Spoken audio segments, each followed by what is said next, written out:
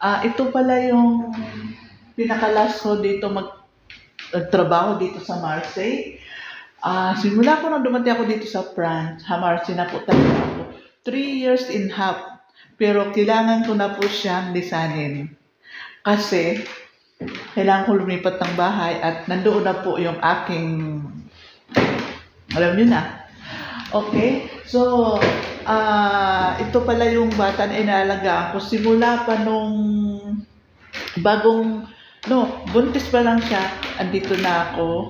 Tapos yung, inalagaan ko siya 3 weeks old. Okay?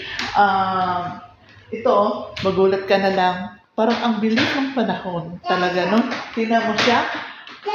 Makulit na. Pinagkakalat na. Yung mga laruan. Dati nakahiga lang yan. Pero wag ka.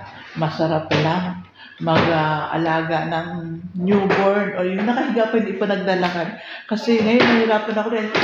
Talagang malakas na siya. Naipaglaban ko. Saan talaga gusto niya? Talagang gusto niya. Kita mo naman, no? Last day ko ngayon malungkot siya, ako din malungkot. Pero kailangan talaga gano'n, diba? Mag-move on. So, ang Marseille ito hindi ko makakalimutan kasi 3 years and half. Andito po. Natuto ako dito, nagkaroon ko ng mga amo, so dumating ako hanggang ngayon. Nandyan pa rin po sila nakasuporta sa akin. Ayun na lang muna ang vlog natin. See you sa next vlog. Bye-bye!